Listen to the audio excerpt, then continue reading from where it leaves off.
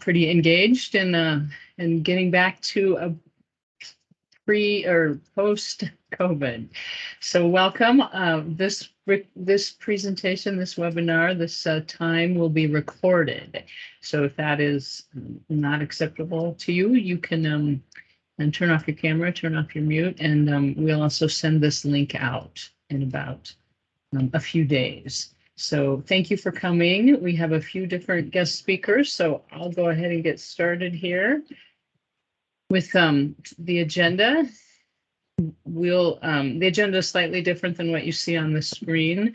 We'll have the vaccine information prior to the communicable disease, and then an update on the lead water testing. You may have seen the House bill, and then a partner update, and a brief update, some information regarding some 9News health insurance options, and a change in our email from Healthy CE COVID to just Healthy CE at Boulder County.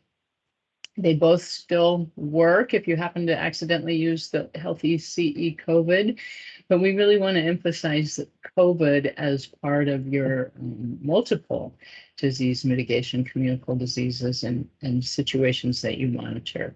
So we took out COVID and it's just Healthy CE for now. So we'll go ahead and get started. I saw Marcella. Go ahead, Marcella, and give us some updates. Thank you, Jane. So for those who don't know me, I'm Marcella Shaines, and I part of the immunization team, immunization program for Boulder County Public Health. I've been here 11 years and work with some of you in different topics, but mostly on the immunization reporting process since the beginning. So that's one thing I want to just to remind everybody is coming up. The due date is January 31st. And I believe they will open up the survey soon, if it's not open. I didn't get a word from the state. And maybe some of you have an answer more than I do. But if anyone have any questions about it, I will take it with me and I can follow up with you. And that's my information. You can also use the link that is in there to get information about the reporting. And the other thing I want to just provide some information, quick information. Thank you so much for going back, Jane. It's the COVID-19 vaccine update is we're now providing the bivalent, the new COVID boosters for adults over 12 and up. The children boosters, the new ones will come up. Hopefully they will be approved. I keep hearing like next week. So hopefully this week will happen. But we are always updating our website, and we're happy to send an update if you need it with Jane and her team.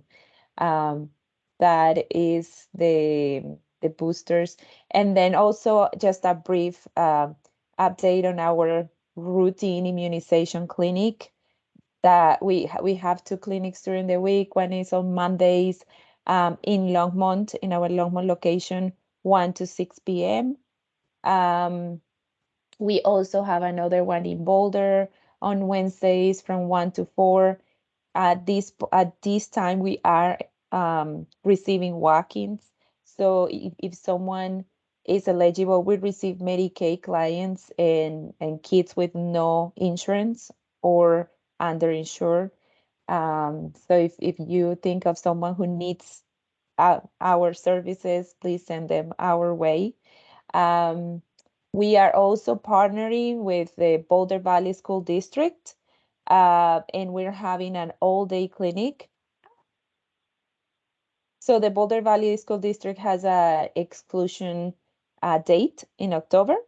And so October 19, it's the day we're going to have an all-day clinic in our Boulder location. It's going to be, I believe, 8 or 9 to 12, and then a break, and then we will continue with our regular clinic. So that date, if someone needs something, you can send them our way. And if anyone has any question, just let me know. Thank you so much. It was great to be here. Put your email in chat. I put too many L's in your. Okay, I see the chat. Do you have a flyer for the BBSD clinic on 10/19? I don't have a flyer yet because we literally the weekend came up with the date, but as soon as I have it, I will provide it. Should I send it to you, Jane? Yes, I can. It's gonna be at our location in Boulder, 3482 Broadway. Oh,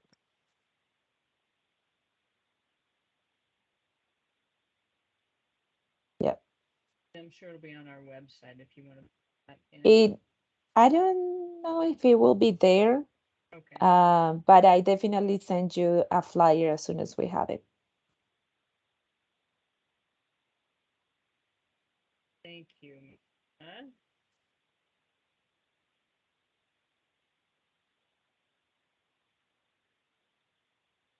There's no other questions for Marcella, and if there are, we can get them to her. I know Marcella has to jump to her immunization work. I'll go ahead and introduce Martha.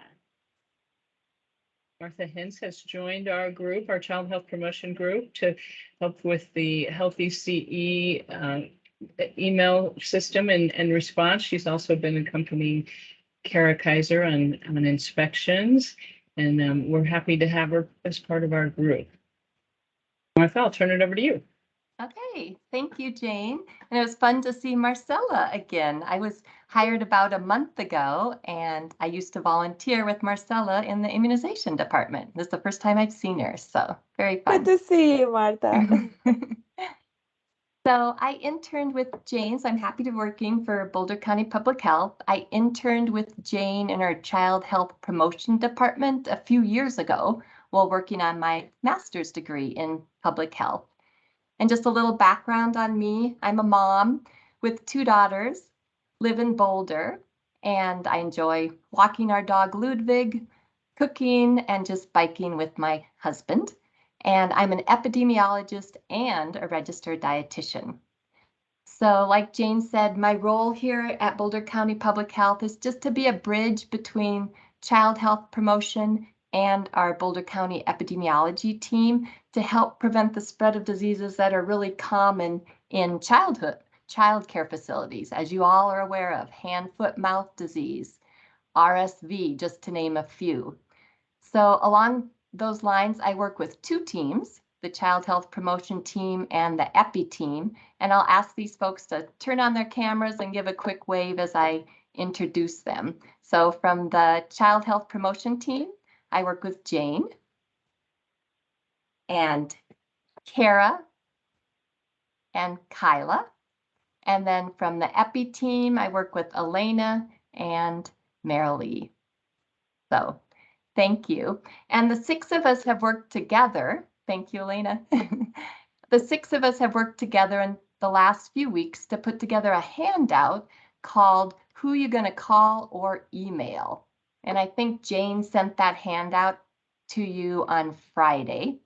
And our goal in this document was to put together information on just one page. We know you have lots of resources, but this one page to help you determine who you should contact if you have a question about illnesses that can be spread from person to person. So basically, communicable diseases. So there are 3 questions on this document which you can ask yourself. So we'll get to this document in a second. But the next slide, you can see, I just wanted to say, like Jane mentioned, I have been helping Kara with some childcare inspections over the last weeks, and I've listened to your stories. You are working tireless hours to love, teach, and keep our kids safe so that parents can work. So hats off to you. You do not have an easy job. So my goal is to partner with you and support you so you can do what you do best. So thank you, childcare directors and childcare employees. You can see here there's one photo of children in the garden. And since I'm a dietitian, I'm also helping Heather a little bit with the Farm to ECE monthly newsletter. So I'd love to hear your stories about how you're using fruits and vegetables from the farmer's market. And if you have any suggestions on topics you'd like covered in those monthly newsletters, please let me know. So the next slide will show you, how do you contact me? So as Jane mentioned, I'm the person who will respond to the new Health ECE at Boulder County email address. And again, like Jane said, if you happen to use the old email address, I will still receive it because I've merged both email addresses. And today we'll also go over this document. So to begin with, the next slide, I want you to think about what was your life before COVID. And the next slide. So that might feel like a long time ago. However, think about your child care facility and what were some of the common illnesses in your childhood facility. You could unmute yourself if you'd like to, or just type some of them in the chat. So what were some of the things that you were dealing with at your child care facilities before COVID?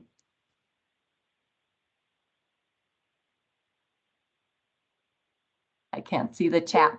Yeah, exactly. Yeah, RSV, hand, foot, mouth. Exactly. RSV, hand, foot, mouth. That's a lot of the emails I'm getting right now too. Strep, other respiratory viruses. Yeah, exactly. Roseolia. Super interesting. You can keep putting them in the chat and then go ahead and click the next, Jane. So I asked the Colorado Department of Public Health what were the most common childhood illnesses in childcare between 2015 and 2019. Norovirus, I just saw that pop up in the chat, 86%. Other viruses and viral gastroenteritis, 6%. And next, Shigella, 2%. Salmonella, 1%. Rotavirus, 1%, and unknown, other 5%. And the next statistic is what's most important, I think, for you to know, is that 97% of these outbreaks were spread person to person. So if you think about if 97%, oh, you can't see the slides, someone said. Maybe if someone can help that person in the chat, that would be great. Kyla or Kara. So if we think 97% of slides or of illnesses are spread person to person, how can you as staff protect children from becoming infected? So next slide, please. So how can you lower the risk of spreading disease in your child care facilities? And again, thank you for all the input with the types of the diseases, but please put in, yeah, so what are some ways you could help prevent? So education, and specifically what type of education? Illness alerts, perfect. What type of education could you work with staff and children? What would be something, my guess is you're not thinking of it because you do it on a day-to-day basis. Hand washing lessons, exactly. So those 20 seconds, what would be other ways? Hand washing, super important. That's probably number one, actually. Sanitizing, disinfecting, perfect. Yeah, coughing, sneezing into the elbow, stay home when not well. Exactly. So go ahead, Jane. I think they have hit them all. Whoops. All of a sudden, okay. All of a sudden we lost the slides. Slide back. I don't see them yet.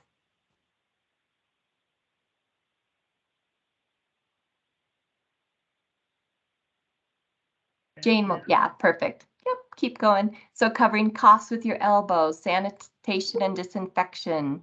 And the next one, exclusion. Keep sick kids home. Some people, Kyla mentioned the other day, she thinks one of the best, not that there's a good part of COVID, but people are learning, keep sick kids home, stay home when you're sick. And then the last one, Jane, your ideas. You've already put them in the chat. So excellent. So let's go back to the new document that Jane set out on Friday and the summary of what are the 3 questions.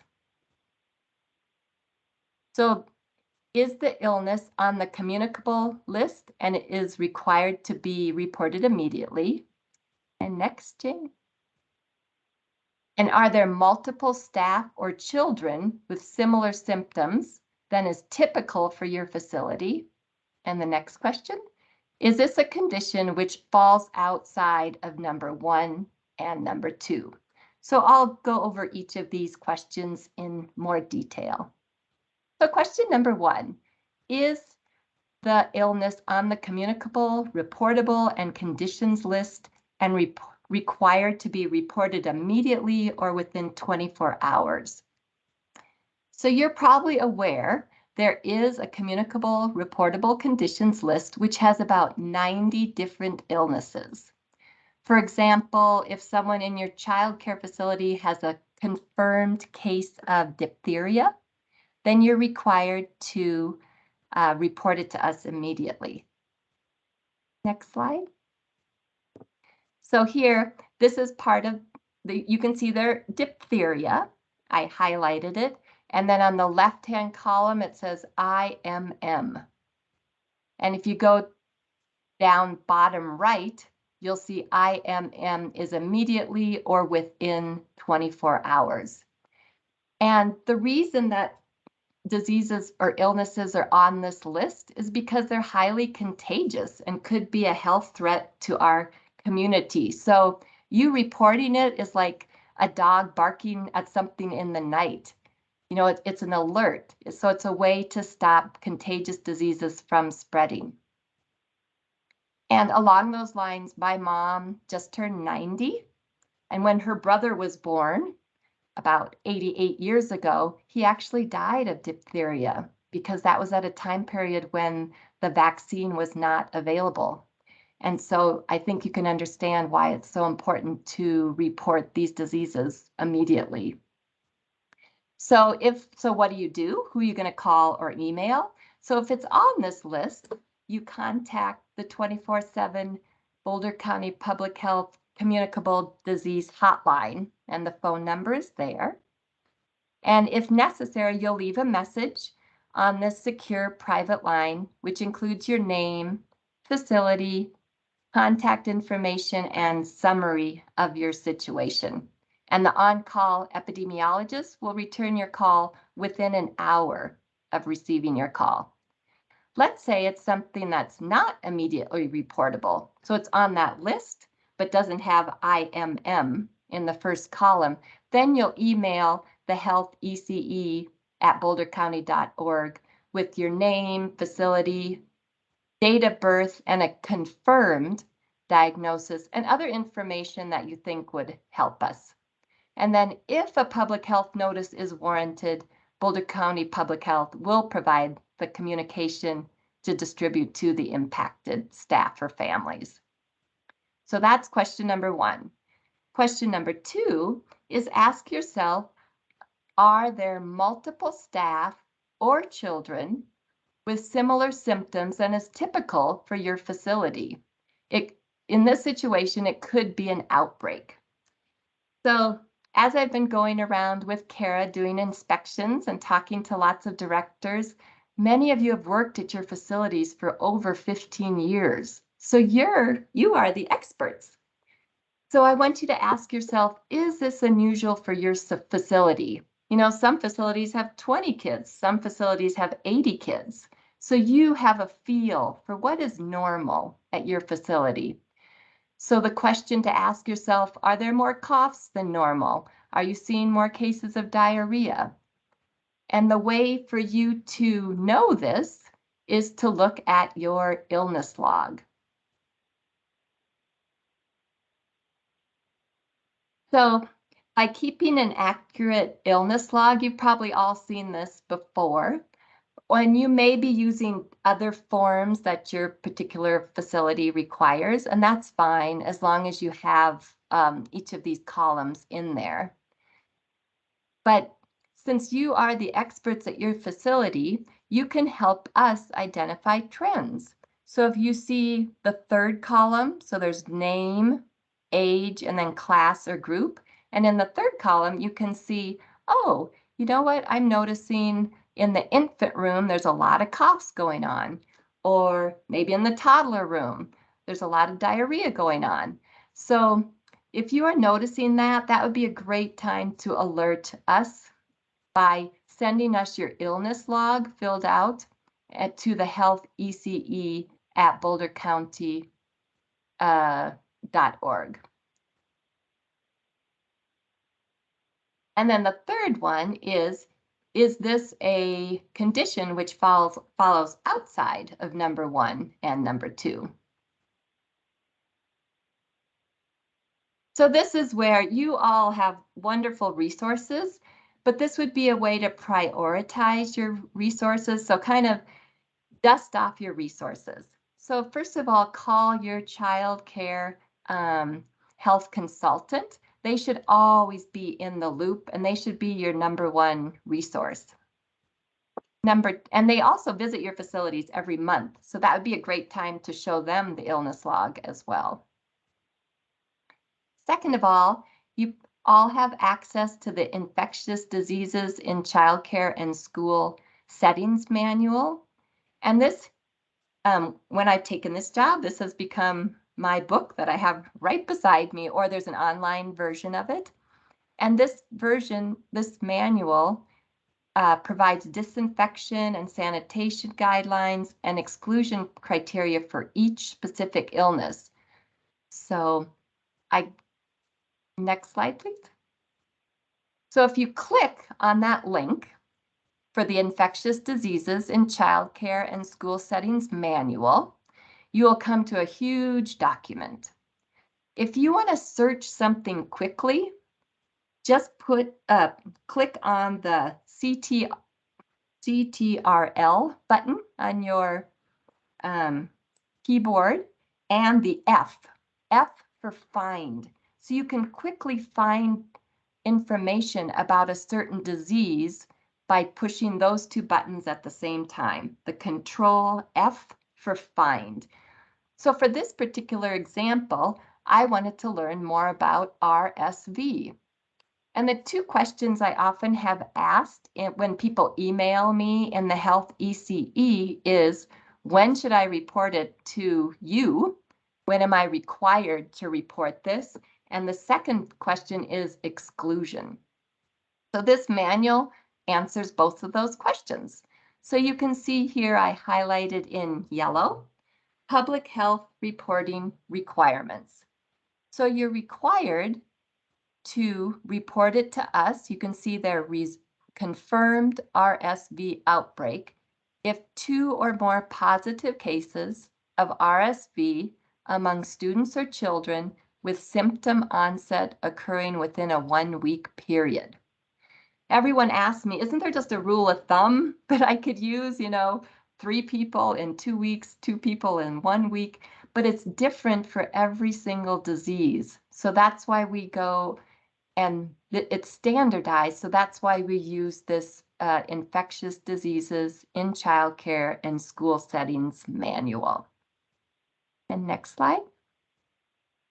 And then exclusion. So this again is with RSV. How do you know whether we shouldn't whether we should send this child home and when we should allow them to come back? So you can see here exclusion for RSV. It is recommended that symptomatic children be excluded from school or childcare until they are fever-free for at least 24 hours without the use of fever-reducing medication. And fever is defined as a temperature of greater than 100.4 degrees Fahrenheit. And so, and you as the facility directors have the authority to say, wow, these kids are coming back, more kids are getting sick. You can change that and say, our facility at this point in time, if your child has diagnosed RSV, we want you to stay home for at least 48 hours. You know, you want to make sure that your kids and staff are staying healthy once they come back as well. And this is also an excellent resource. You can see at the bottom, resources, RSV, fact sheets, and letter templates produced by the Colorado Department of Public Health and the Environment. And those are really user-friendly resources on RSV. So you could print that out and share that with parents at your facility as well. So I just want you to realize this is a wonderful manual, and you can search things quickly by using Control F, which is F is for find something in this document. Next slide, please. So, so the resources. So number one, call your child care health consultant. Number two, look in your manual, and then the Colorado Department of Public Health has created two wonderful handouts, How Sick is Too Sick, in English and Spanish. Another great resource is child care provider COVID-19 information. And then another great resource is, which the Colorado Department of Public Health and the Environment made about 2 weeks ago, was guidance for non-COVID-19 viral respiratory illnesses in schools and childcare, because that's been a common question lately. And then email us and include your latest illness log. Then we can help that by emailing us the illness log. That will help us help you quicker. Next slide. So just to summarize my little presentation today, we have the new email address. And then we also have this new one-page document called Who You Gonna Call or Email. And I have a tip for you. If you find that you can't quickly find this Who You Gonna Call or Email document, if you send an email to the healthece@bouldercounty.org after 5 p.m. and before 9 a.m., the auto reply has all this information and up-to-date links with what I just shared with you. So, okay, thank you so much. I'm excited to be here and partner with you. Thank you. I'm guessing that if there's any questions in chat, we can answer a few minutes. Otherwise, I'll move us along to water testing. Do you see any?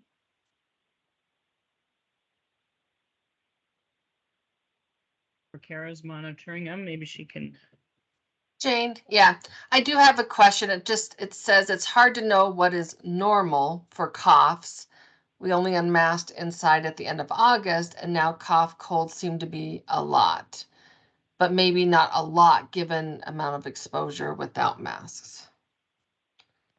So that's what I have in the chat so far. And then just to reiterate that Kyla put all these resource links in the chat that you saw in the presentation. I agree. That's a great question, Jane. It's hard to know what is normal for coughs. I think step one, I would talk to your child health care consultant as number one, because I'm not a doctor, so I'm not very good with diagnosing. So I think number one is that, and then go from there. I agree. But you're right, the last 2 years, we don't know what's normal anymore.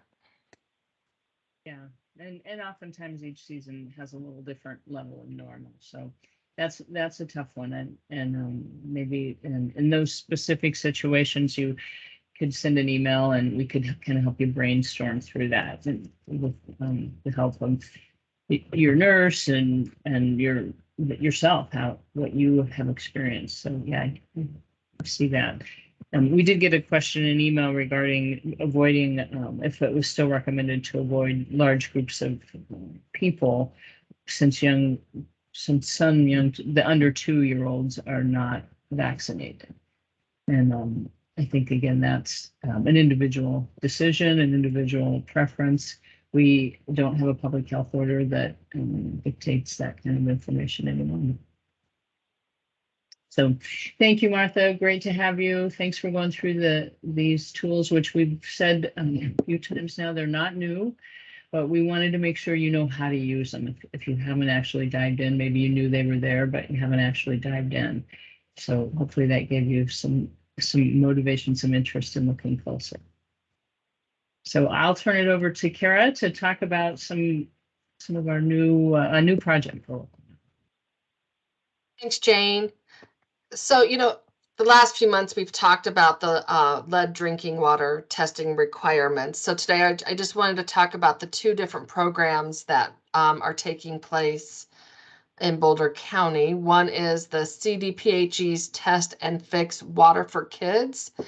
And this is the program that is requiring every school, childcare, and family childcare to test for lead in their water.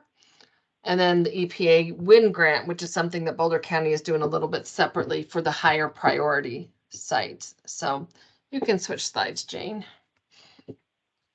All right, so the Test and Fix Water for Kids is the mandatory lead sampling for schools and childcare programs, and it's run through Colorado Department of Public Health and Environment. The deadline for lead testing is May 31st of 23. Family childcare homes are allowed to opt out. They just have a deadline of March 31st of 23 to notify CDPHE that they're wanting to opt out. So I just want to make sure if we have family childcare programs on the call today that they need to be cognizant of that date. And then September 15th, so a few weeks ago, CDPHE Water Quality sent out an email that had a survey in it to gather information about your program as far as how many drinking water taps and contact information. So I just wanted you all to be aware that that was sent out and to fill out that survey, because that survey is how they're going to determine how many tests to send your site, how to communicate with you. So it's a really important survey. If for some reason you did not get that, feel free to reach out to me, but definitely go back and look in your emails to around September 15th, because that's where it should be. So that's the Test and Fix Water. So Boulder County back in April started working on an EPA Win Grant. And this was before the state of Colorado had put in place the requirement to test lead water. So we're using this EPA Win Grant to really help the highest priority schools, childcare, and licensed family homes. We're just going to do a lot more. We'll be involved a lot more with these higher priority sites. And just so I wanted to make it clear that our priorities are based on sites that are serving children under 6, and that they're older and older facilities such as pre-1986, and the programs serve underserved or low-income communities. Now, the EPA Win Grant is optional and voluntary, so you do not have to participate. But so we're only Boulder County is going to be reaching out to specific sites that qualify for this grant. And if for some reason you don't want to participate with it, that's fine. You will still need to test your facility through the CDPHE Test and Fix program. But with the Win Grant, if we reach out to you, it just means that we're going to help you a little bit more through the process. But everybody's going to have to do this, other than those family homes that choose to opt out. So, so we're hoping this week to send out an email to those who qualify for the grant that we will be working closely with. So watch for that email. We're also going to be sending an email, just a general email out to all the sites with the information about the test and fix water program through CDPHE with some website links and stuff to help you move forward with that program. And I didn't start off with this, but I do want to make it clear that there shall be no cost incurred by the child care facility for this testing requirement. Everything will be sent to you. The test will be sent to you. You send it off and the testing's free. You'll get the results. And that there is some money allocated for remediation as well. So if you do find that your site has high lead, then there's some money to help you with fixing that. So I just want to make sure that's clear. So the other thing is just not to run out and get a lead test because you won't be reimbursed for any costs. So wait till you get the information from CDPHE or us at Boulder County about that testing. And that is all I have on that. So just if everybody would just be cognizant that an email is going to be sent out this week to help you know where you're at with that. I'm all done. And then if you have any questions or concerns, feel free to reach out to me by my email and I will get back with you. Thank you. Do you see any questions in chat? Jane, I'm sorry, we can't hear you. Do you see any questions in chat? I don't see any questions related to lead. Nope, I do not. There's just some correction about eligibility for vaccination, that it's now 6 months and older are eligible. So. Hey, Jane, I have a question. It's Dee Dee. Yes. I'm just curious, two things. One is why the family homes are allowed to opt out if we're trying to serve and protect children and they're educating and keeping children. What was the reasoning behind that? Yeah, we had a Kara can speak to that, but that wasn't a decision we made. No. Yeah, Dee Dee, it's a great question. And I wish I had more information as to why that was decided. That was decided at the state level when the House bill was written. I can try to get more information as to why they're able to opt out. I just know that that's how it was written. So I'm sorry for not a better answer. You asked the $1 million question. Yep, good one. Well, yeah, it's just across the board. Protecting children is protecting children. Yeah. No matter where they are. I had another interesting thing, a family whose mom works not for Binax, but one of the pharmaceutical companies that's working on COVID. And she opted not to get her 4-year-old vaccinated. And I asked her if I could ask her why. And she said a couple of things. She said the vaccine for children hasn't proven to be that effective for them. They don't get very sick for the most part if they get COVID, and that's what we've seen at our school. They get a runny nose or something. And she said they're not passing it to adults, typically because their viral load is so low. So she opted not to get her children vaccinated.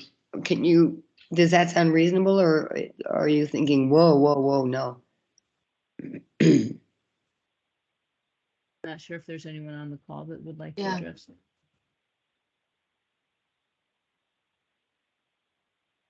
A deadening silence. I don't feel qualified. This is Kara. I don't feel qualified to answer that question or to even really comment. So I'm not sure if maybe one of our EPs are there or Marcella with immunizations. I don't know. Marcella had to drop off, but Elena might be there. I'm not sure. Okay. And is Elena back on the team? She's in a different position, but she's still with Boulder County Public Health for sure. We got her as our regional EPI now. Okay, great. Yeah, hi, I'm here. Can you please restate what the question was? So Elena, one of our families has opted not to vaccinate their 4-year-old, and she works in the COVID pharmaceutical kind of industry.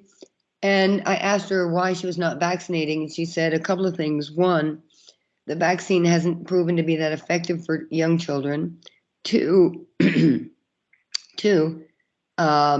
their viral load is so low that they're not typically affecting adults. And 3, they don't get that sick when they get it. You know, there's the odd case, but most of the kids we've seen have just gotten a runny nose or something. It's been very, very minor. So for those 3 reasons, she's decided not to vaccinate. What do you think?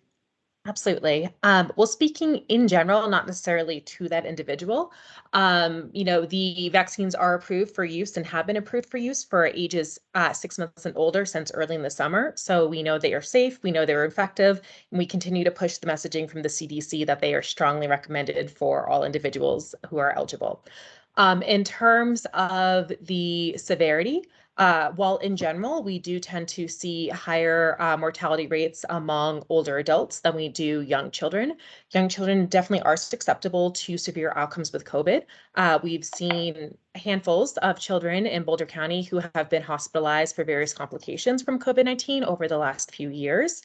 We've been very fortunate that we haven't had pediatric deaths in the ECE population that have been attributed to COVID-19. However, not only is hospitalization a severe outcome, but there's also much to be further understood about long COVID, which is a sequela of really debilitating, there we go, conditions that can range from long-term fatigue, cognitive impairments, to, I mean, really, like, I think there are some of you out here on this call who have heard from families who have had kids that have suffered from long COVID. So again, there are multiple reasons in addition to preventing hospitalization that we believe can be successfully prevented through vaccination. Thank you. It's a great answer. Thank you, Elaine.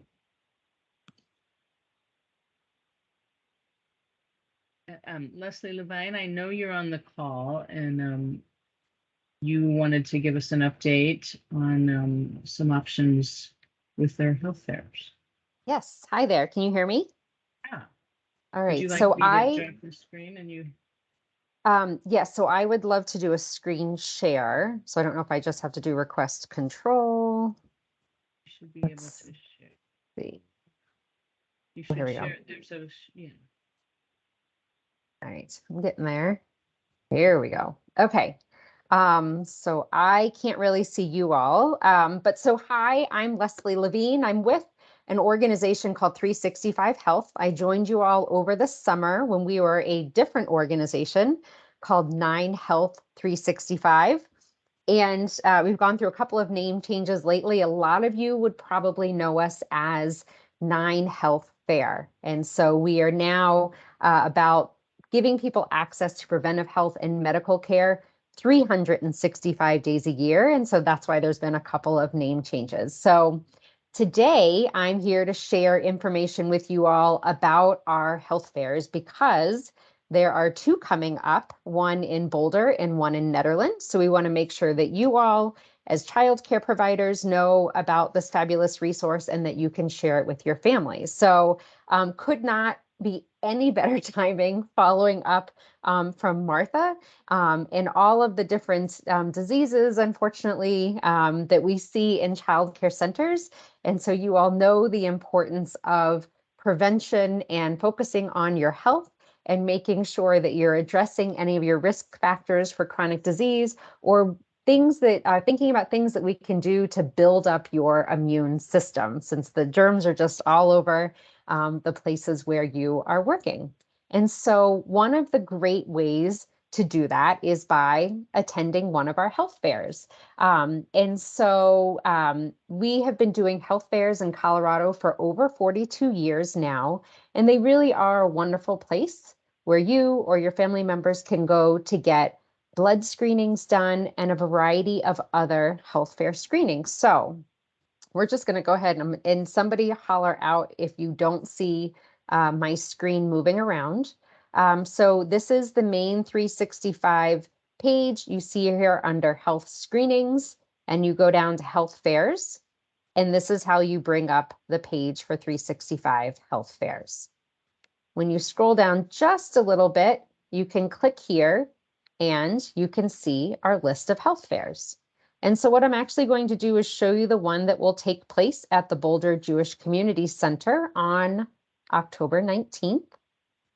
So you can see the location, you can see the time of the fair, and what's really important is this link right here that says available screenings.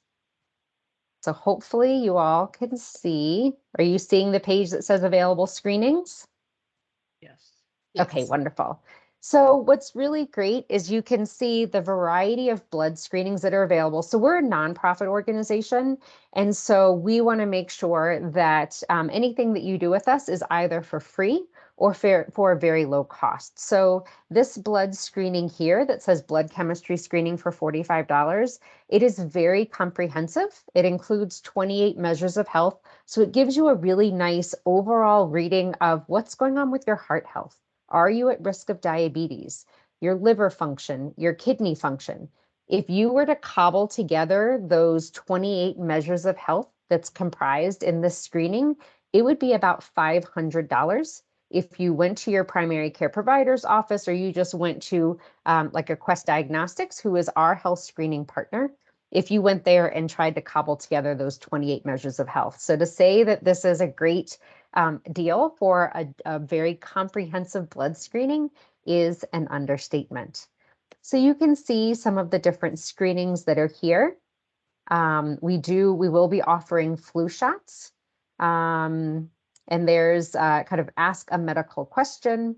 And so these are some of the different screenings. We're always looking for volunteers at our health fair. And when you do volunteer, you get 20% off any of the services that are available from 365 Health.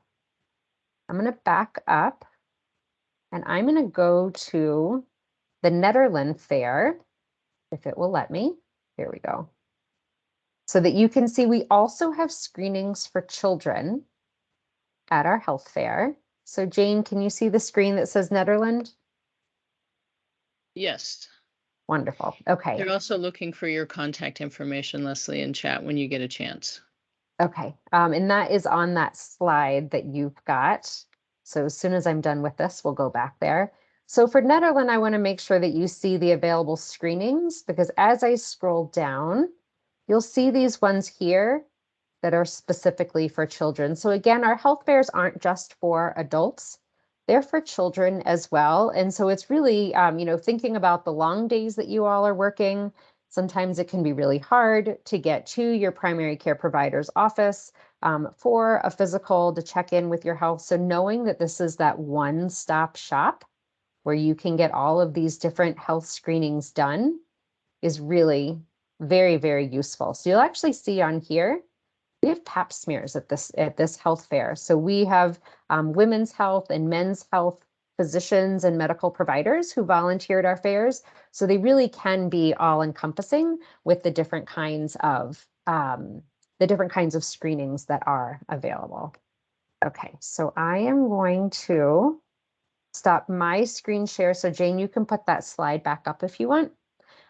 So I do want to remind folks that when I joined you over the summer, I talked about a program. Not only have we had a name change for our organization, but we changed the name of our program that includes that blood screening that I described with the 28 measures of health, but it also includes unlimited access to on-demand telehealth. So when you get the slide in your packet, you'll see that it's now called Health in Hand.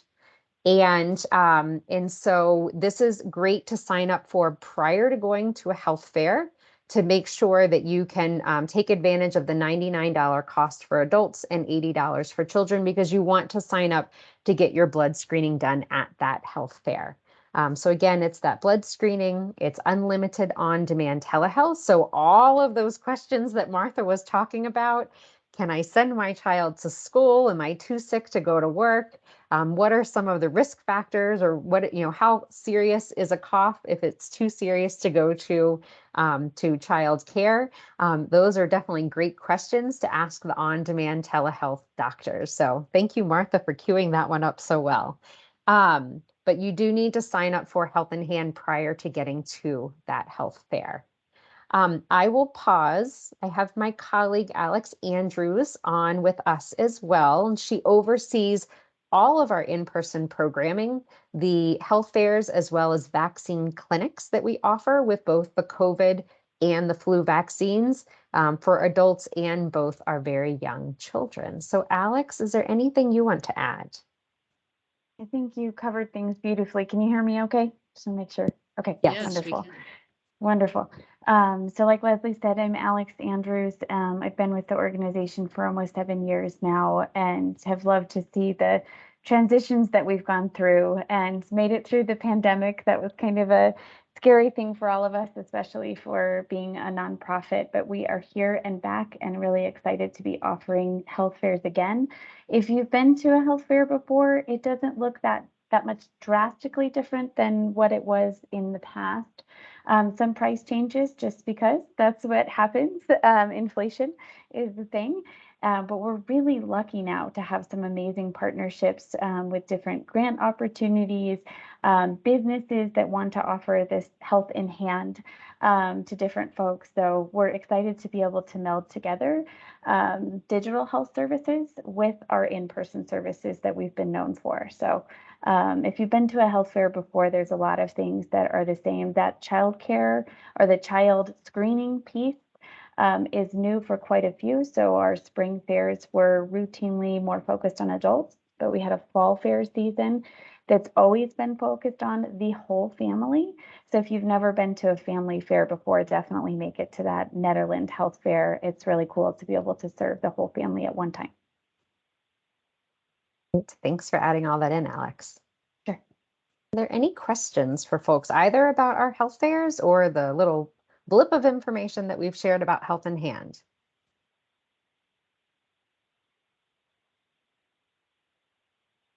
Right. Thank you. Thank you both. That was really helpful information.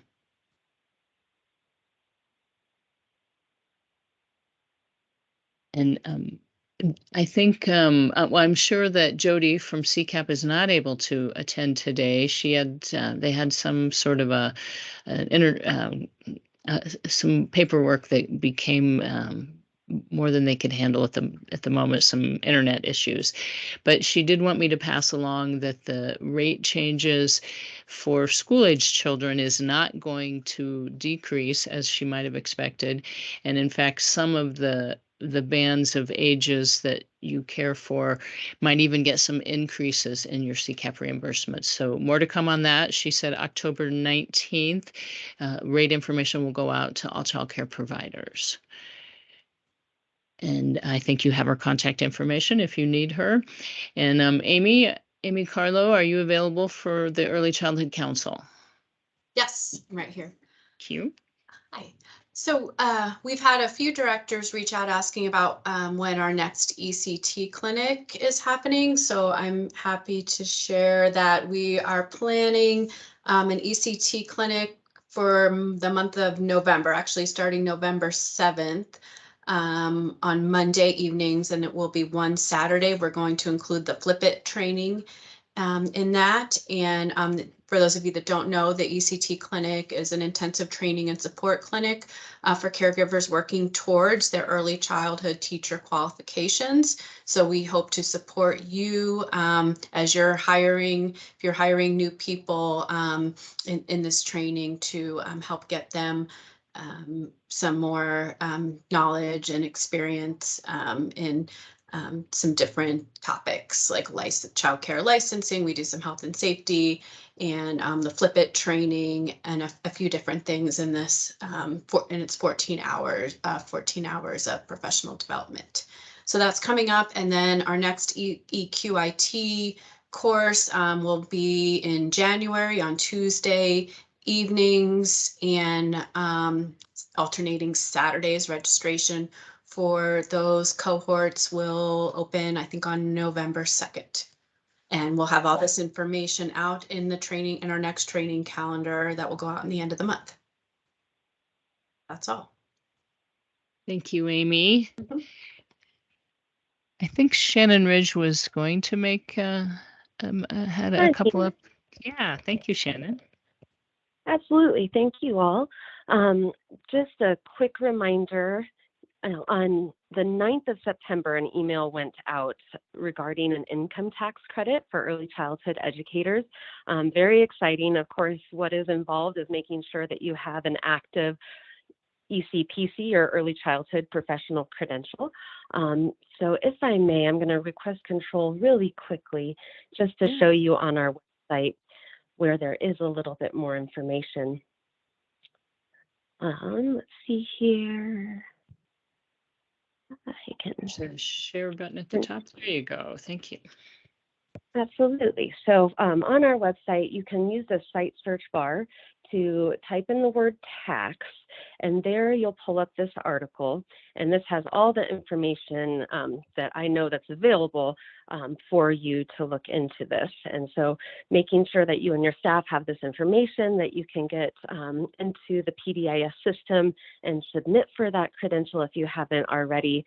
And then based on your level, and as long as you submit for your taxes, you'll either get a $750 refund, $1,000 or $1,500, and that is a refundable tax credit. So very exciting. I don't have too much more information, so I'm not sure if I can help with any questions, but if there are any questions, I'm happy to give it a go.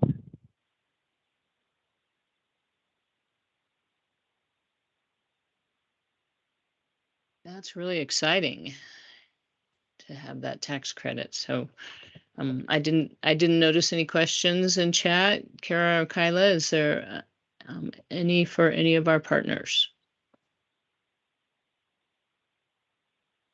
I do not see any other questions. I do have Marilee is requesting to just speak for a minute or so. Sure. Marilee, you've got the floor.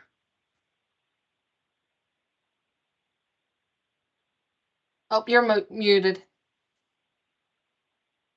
I sound even better when you can hear me, right? Yes. Thank you so please. much for including us on this call. We are excited to have Martha as a bridge between epidemiology and child health promotion. I wanted to circle back just quickly to two of the reporting requirements and make sure if there were any questions directed towards epidemiology that we had the opportunity to answer them, since they are pretty strong requirements, and we know it kind of asks a lot of you, and we just want to make sure that you understand the expectation and that you feel well supported in being able to fulfill it. So the first part, I'm just going to read verbatim. People either treating or having knowledge of a reportable disease, whether the disease is suspected or confirmed, must report the case to the local public health agency. This includes school and licensed childcare providers. And that list that Martha mentioned of reportable diseases, it sounds like those slides will be available so that you have those readily accessible. And the second part of the recording requirement is outbreaks of any disease in any setting, so that includes ECE, must be reported to state or local public health agency immediately. And we're looking for that time frame of within 4 hours. So I know that that can sound like a lot, and I just wanted to make sure that those reporting requirements were clear from the EPI side, and that we're providing you the support that you need if you have questions about what needs to be reported.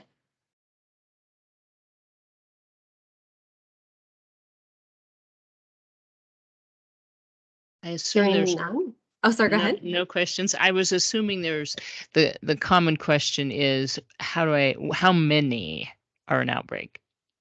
That's a great question. So one of the resources that Martha provided was the communicable disease, the manual and the support.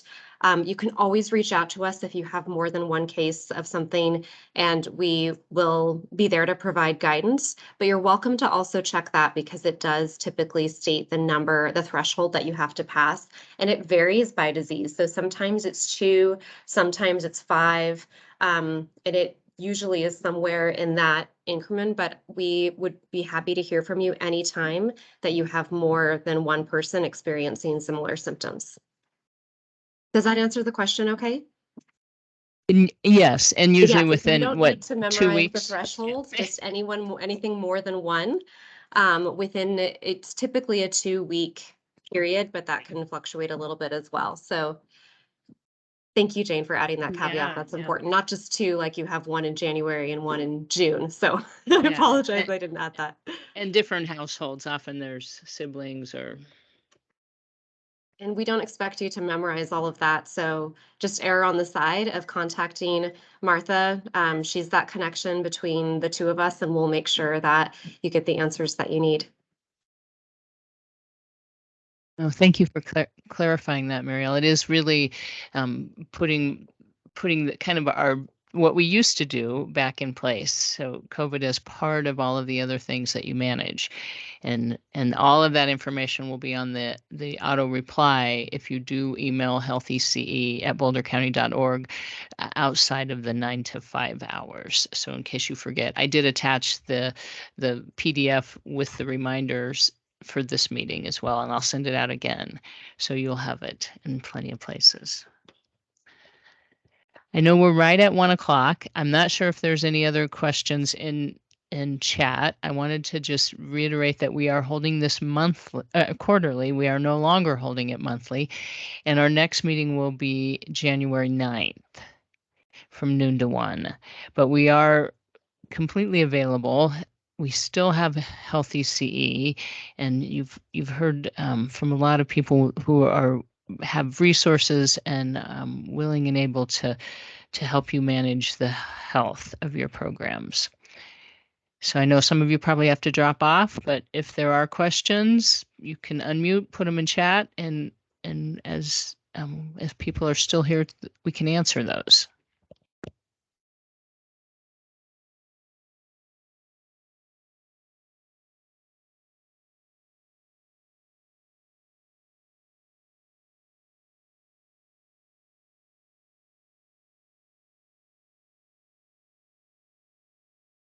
Sounds like we may have answered them all. I'm not seeing any in chat. So thank you all. Thank you for the work you do. Thank you for caring for children and families in our community.